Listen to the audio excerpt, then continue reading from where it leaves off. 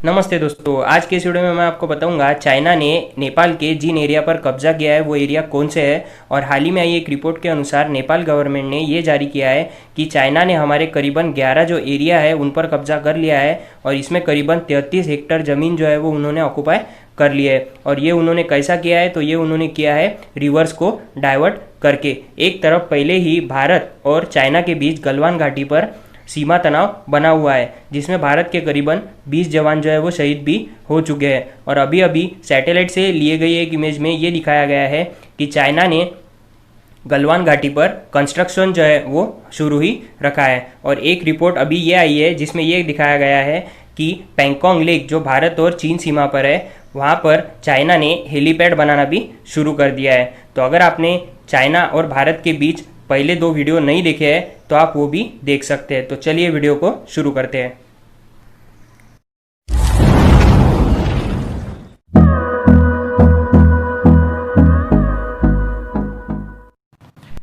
यहाँ पर सबसे महत्वपूर्ण सवाल ये है कि चाइना आखिर नेपाल की ज़मीन पर कब्जा करना क्यों चाहता है। तो इसके लिए हमें ये समझना होगा कि भारत के किन राज्यों की सीमा नेपाल और चाइना से मिलती है।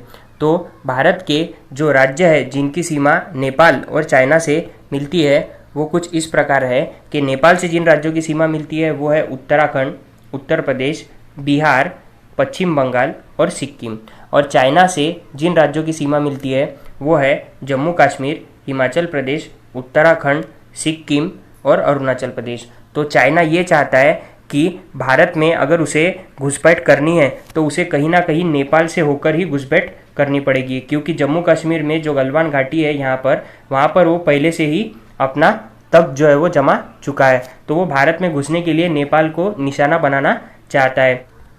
जैसा कि हम इस इमेज में देख सकते हैं, ये है गलवान घाटी जो कि लद्दाख में है। अब यहाँ पर हमें ये अक्साई चीन दिख रहा है। तो वीडियो में मैं आगे आपको बताऊंगा कि अक्साई चीन यानी क्या होता है।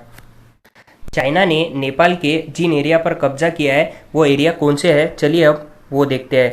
जैसा कि हम मैप में देख सकते हैं, ये है नेपाल के वो एरिया जो जिनकी सीमा भारत से मिलती है। जैसा कि मैंने आपको बताया था कि नेपाल के गवर्नमेंट ने एक रिपोर्ट जारी किया है जिसमें उन्होंने ये कहा है कि करीबन हमारे 11 जो प्लेसेस है उन पर चाइना ने अतिक्रमण कर लिया है और ये उन्होंने करीबन 33 हेक्टेयर ज़मीन पर कर लिया है। तो इसमें जो डिस्ट्रिक्ट आए है वो है हुमला, जिसकी करीबन 10 हेक्टेयर ज़मीन जो है उसे डाइवर्ट किया गया है। और इसके लिए जो नदियाँ हैं जिन्हें डाइवर्ट किया गया है वो है करनाली, खोला, रसुआ और अरुण। इन 4 जो नदियां हैं इन्हें डाइवर्ट करके ये जो ज़मीन है ये हड़पने का काम चीन ने किया है। चलिए अब देखते हैं आखिर 1963 में हुआ क्या था। तो जैसा कि मैंने पहले आपको बताया, अक्साई चीन जो है वो भारत के जम्मू कश्मीर का ही एक एरिया था, लेकिन 1962 के वॉर के बाद में ये अब चाइना के हाथ में चला गया है। अगर आपने मेरा भारत चीन सीमा विवाद का वीडियो नहीं देखा हो तो ज़रूर देखिए, जिसमें मैंने ये बताया है कि 1914 से लेकर 2020 तक भारत और चाइना के बीच में जो भी सीमा विवाद हुए हैं उसका असली जड़ क्या थी और वो क्यों हुए हैं। चलिए अब देखते हैं ये एरिया जो कि है territory ceded by Pakistan to China in 1963, ये आखिर है क्या। तो 1963 में चीन और पाकिस्तान के बीच एक समझौता हुआ था जिसके द्वारा शक्सगाम घाटी, ये जो एरिया था जिसे ट्रांस काराकोरम ट्रैक्ट भी कहा जाता है, इसे पाकिस्तान ने जो है चीन को उनके अधिकार में दे दिया था। और ये उन्होंने इसलिए किया था कि उनके बीच का जो सीमा विवाद चल रहा था उसे हरदम के लिए मिटाने के लिए। चलिए अब देखते हैं इसके आखिर प्रॉब्लम्स भारत को क्या फेस करने पड़ सकते हैं। तो नेपाल में जो वर्तमान सरकार है वो है केपी शर्मा ओली के नेतृत्व में, और वो चीन के इतने पक्ष में हो गई है कि वो इन घटनाओं को अनदेखा भी कर सकती है। नेपाल के विरोधी पक्ष इस विषय पर केपी शर्मा ओली से इतने नाराज है कि वो उनकी इस्तीफे की भी मांग कर रहे हैं।